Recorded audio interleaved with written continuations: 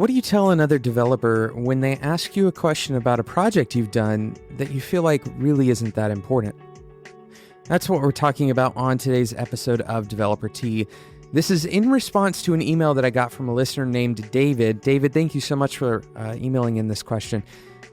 On this show, my goal is to coach you through the hardest parts of your career, and that includes answering your questions. If you have questions like David had for me, please send them in. You can email me at developertea@gmail.com. Let's jump into this question from David. David says, "Hi, Jonathan.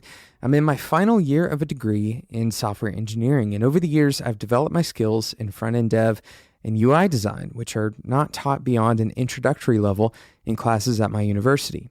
It seems to be a common pattern whenever I show off my personal projects that people, including both students and professors, ask the question, what tools did you use to make that? I feel like it is a weird question. For example, would you ask a builder what tools they used to build a house, or an artist what brushes they used for a painting? Sometimes I just answer the question with Sketch or React and leave it at that. Other times I launch into an explanation that the tools don't matter and that I could use PowerPoint to design the same thing or pure JavaScript to build it. So my question, have you been asked similar questions in your career, and how do you explain that it is skill and practice, not tools, that make a good product? Thanks, David." David, this is a very hot topic in software development. And in fact, it will always be a hot topic in software development as long as the pace of new tools coming into this industry, as long as that pace continues. And the reason for this is because it's so easy to create a new tool and share it with the world, right? If we created a physical tool, it's much harder to gain any kind of adoption or gain any kind of exposure of that tool. But because these tools are digital, they're immediately available on the internet, and millions of people around the world can download and use the tool you created. And in fact, that happens on a regular basis. People create new tools every single day that are used by other people. So of course, as a result of this, tooling is a huge part of our industry. And tools are something we as developers, we love and we love to hate. And I want to be extremely clear about a few things on this podcast. I do believe that the right tools are important. I'm not shy about this. Picking a good tool, there's nothing wrong with saying that that is important. And I think, David, that you would agree with this at a basic level. Because secondly, I believe that a lot of the time for a given task or for a given project, there are multiple tools that can do the job. There are multiple tools that could be considered right. Here's what I want to do with this question. First, I want to put myself in the seat of the person asking the question. Right? To me, as a general rule, David, it sounds like you have more experience than the people who are asking this question, except maybe the professors. But even for the professors, it seems like you have more experience doing front-end dev and UI development and design than those professors may have. And this isn't unheard of. Many programs, including the program that I went through at Georgia Tech, they don't hyper-focus on any one tool set, or they may focus on a different tool set than you have experience with. They aren't going to cover the entire gamut of tool sets. And so you may be more experienced than some of your professors at specific skills, especially in something like a master's degree where you've had time to practice some of these things.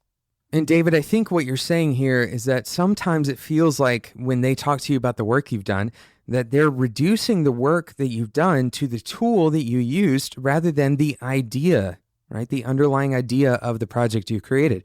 So let's shift the perspective a little bit and try to think about things from the position of the people asking this question. And before we go any further, I want to explain why talking about this question is important in the first place. Aside from the fact that a listener sent this in, and I value the questions that I get from all of you, aside from that fact, it's also true that as you go through your careers, you will likely have a chance to present and debrief the work that you've done, right? This isn't just in the academic sphere. This is going to be throughout your career. You're going to have a chance to do this, whether this comes in the form of a client or a boss, a peer, or someone you're mentoring or leading. Debriefing your work is very likely a part of your career. It's a part of your future. So the way you talk about your work and the questions the person you are talking to asks of you about your work are important to understand. And more specifically, it's important to think about why they're asking those questions in order to answer them correctly. We're going to talk about David's specific case right after a quick sponsor break. Today's episode is sponsored by Linode. No matter what tools you use as a developer, pretty much across the board, everyone that's listening to this podcast is very likely to experience the need for a server, and more specifically, the need for a Linux server. If you haven't experienced that need yet, you almost certainly will in your career at some point, and probably more likely sooner rather than later. Linode provides these Linux servers. They have 8 data centers, and their plans start at $5 a month. I can't imagine a better way of spending $5 a month, by the way. $5 a month, they have the best gigabytes of RAM per dollar in the industry. It's somewhere around double of what everyone else in the industry is offering, pretty much. So go and check out Linode. They have native SSD storage. They have a 40 gigabit internal network. They have a 7-day money-back guarantee, and they're going to give you $20 just for being a listener of Developer T. So if you do the math on that, you get $20 for free, and then it's $5 a month after that. So let's say you get 4 months for free, and really you're only paying for 8 months times $5. That's $40 for an entire year of a Linux server that has a gigabyte of RAM. That is incredibly cheap. Once again, I can't imagine a better way of spending that kind of money. So go and check out what Linode has to offer to you as a developer. Obviously, we can't cover all of the amazing features that Linode has. Go and check it out. It's spec.fm/Linode. Use the promo code DeveloperT2017. That's DeveloperT2017.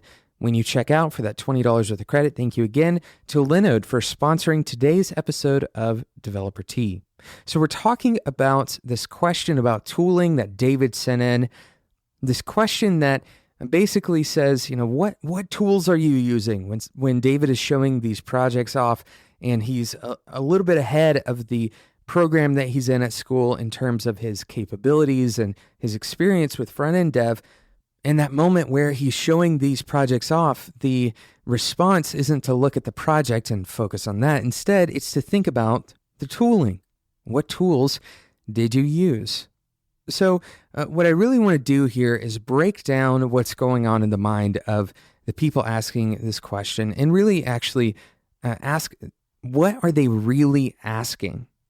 Right? This is an important thing to understand. When somebody asks you a question, most of the time they're asking a question that isn't really articulating their intent. Let me explain what I mean. When you and a coworker are talking about going to lunch and you ask them where do they want to go to lunch, most likely your driving purpose isn't to understand, what their culinary preferences are. Your driving purpose is for you to decide on a place to go together. Where do you want to go to lunch actually translates to, I'm hungry, let's pick a place to go to lunch. So let's think about questions that are being asked in these scenarios in the same way. What are they really asking? Well, when someone who is less experienced than you asks what tools you use to build something, it's likely that they are in the stage of picking their tools, either for a project that they're currently working on, or maybe they're picking the tools that they want to use on multiple projects in the future. They're trying to build their toolbox, and they see that you have succeeded. They see that you have found and used a tool, and you come out on the other side with something that looks like success. And they want to know what pathway you took to succeed. This is really what they're asking when they say, what tool did you use? What they're asking is, can you tell me how you succeeded so that I can also learn from your success and perhaps emulate you? It's also quite possible that they're seeing a particular aspect of the work you did, right? Something in the interface you built, some particular element, and they're trying to imagine how they would accomplish it with their current tool set, and they're hitting a roadblock in their mind. This is especially likely for UI-driven things, things that people can actually see the difference in. Finally, it is also possible that the people who are asking this question are simply enjoying the wide gamut of tooling available and aren't necessarily misinformed about the importance or lack of importance of tooling, but instead they're kind of talking shop, for lack of a better term. So then the next question is, why do tools matter at all anyway? Why are we even talking about this? And not all tools are equal. This is part of the reason why it's so important. Not all tools are equal, and not all tools produce equal outputs. For someone new to programming, for example, it wouldn't really be fair to expect them to create some complex graphical user interface using low-level assembly code. And so it is important to notice the reality that some tools do indeed provide new and potentially even exponential leaps in capability and productivity. On the other hand, tools are also an important mechanism to shift our paradigm. For example, if you've ever experienced the differences of coding in a strong typed language versus a loosely typed language, or perhaps even a functional language, there are new perspectives you gain moving between those tool sets. And it is very possible that by simply working with a given tool set, working within a given language or within a given framework, that you learn something brand new, that your brain changes the way it thinks about things in other languages, right? So tools do matter. They matter in the way that they shape the way we think about work. They matter in the way that they enable us to do work. But David, to your point, they are not the only thing that matters. And in fact, very often, 2 or 3 or 300 tools can be functionally and even from a paradigm perspective equivalent. And the real differences between them are somewhat superficial. So as you can see, this is a complex topic. How should you respond, David? What is the best way to respond to these kinds of questions? Well, first, this is going to depend on your own value set, but for me, I want to make it a value to encourage younger developers or encourage less experienced developers, regardless of their age or regardless of their experience levels and other things like your professors, David, and help them on their journey. David, you have valuable experience that you can share with these students and with these professors about this tooling and how different tools can be used to accomplish the same task. I would consider using the popular improv technique, the yes and technique, of both answering their question and also, in addition, discussing how even though you used Sketch or even though you used React, there are other similar tools that could do the same thing, and provide the names of some of those tools, maybe provide some discussion around the differences between what you used and something else. Instead of shutting down conversation or instead of compromising the importance of the conversation, you're opening it up. You're providing a valuable perspective both on the tool that you used as well as the place that tools have in this kind of work. Most likely, the motivation of these students and of these professors is to get an insider's opinion, someone who's experienced. How can I build something like what you have built? How can I emulate your success? The industry has a very loud voice when it comes to tooling, and there's a new tool every day. In fact, multiple new tools every day. So for many young developers, this feels less like a bunch of similar tools with slightly different opinions and more like a treasure hunt for exactly the right tool. As a more experienced developer, David, you have a chance to encourage them on their hunt and also encourage them to adopt the peaceful and focused mindset that allows the tool set to become only one piece of a much bigger puzzle in the given project. David, thank you again so much for sending in your question. If you're listening to this episode and you have a similar question, or you have a follow-up question, or something totally different, I'd love to hear from you. You can send me an email at developertea@gmail.com. Thank you again to Linode for sponsoring today's episode of Developer Tea. Head over to spec.fm/Linode. Use the code DeveloperT2017 at checkout to get $20 worth of credit. Take 5 seconds and click subscribe in whatever podcasting app you are using. That'll make sure that you don't miss out on future episodes of Developer Tea. Thank you again, and until next time, enjoy your tea.